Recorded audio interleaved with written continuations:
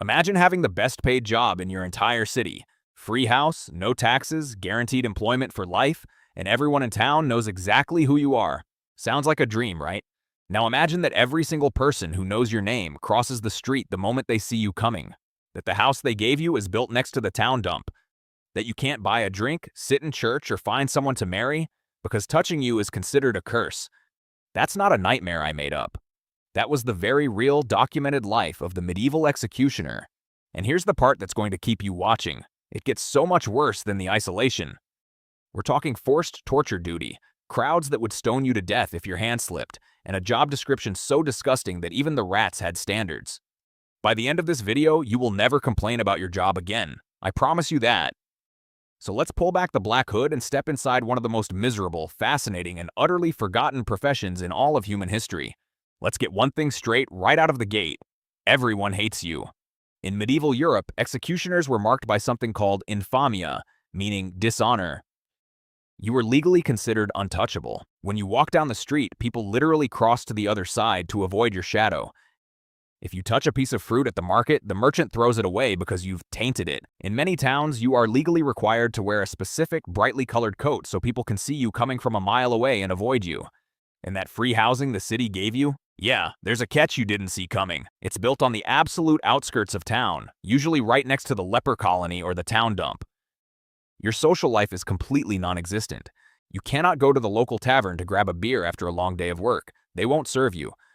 You cannot attend normal church services. If you do, you have to stand in the very back, behind a designated screen, away from the good Christians. And if you're hoping to find love, you can go ahead and forget about it entirely. No normal family would ever let their daughter marry an executioner. The stigma is so strong that executioners are forced to marry the daughters of other executioners. Over the centuries, this creates massive, continent-wide dynasties of executioner families who only hang out with and marry each other. You are born into the job, and your kids will be trapped in it too. Now, you might be thinking, hey, if I'm making great money just to swing an axe a few times a month, maybe the isolation is worth it. Here's the dirty little secret of the medieval justice system. Executions didn't actually happen every day. So to justify paying your salary, the city council forces you to do all the jobs that are deemed too disgusting for normal citizens.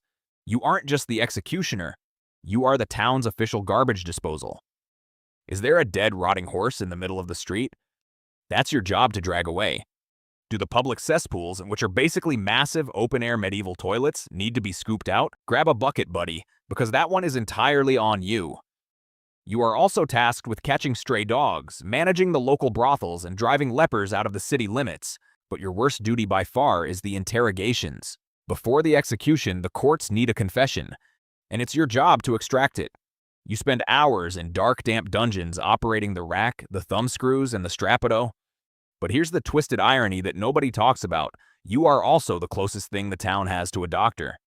Because you spend your entire life breaking bones, tearing muscles, and studying anatomy in the torture chamber. You know more about the human body than any actual medieval physician.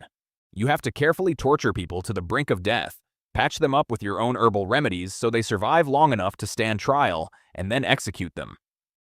But let's talk about the main event that everyone showed up for, Execution Day. This isn't a quiet, somber affair held in private. This is the medieval Super Bowl. Thousands of people gather in the town square. They are drunk, they are rowdy, and they are expecting a perfectly executed show.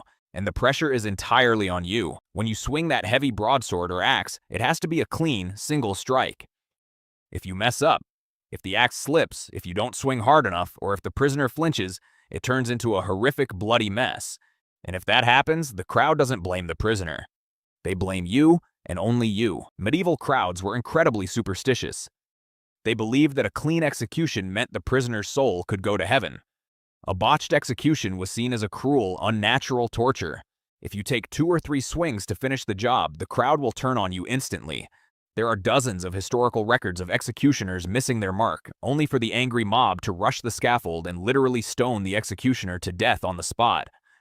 You aren't just doing your job. You are performing a high-stakes surgical strike in front of 5,000 screaming critics who will literally murder you if you miss.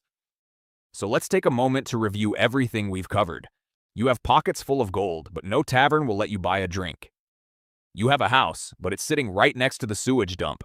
You are a master of medicine, but you're only allowed to use it to keep people alive for their own execution. And every time you clock in for your main job, there is a very real chance your audience will rip you to pieces.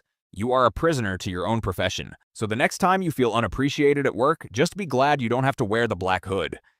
If you made it this far, hit that subscribe button and let me know in the comments below. What historical job do you think was actually the absolute worst? Thanks for watching, and I'll see you in the next one.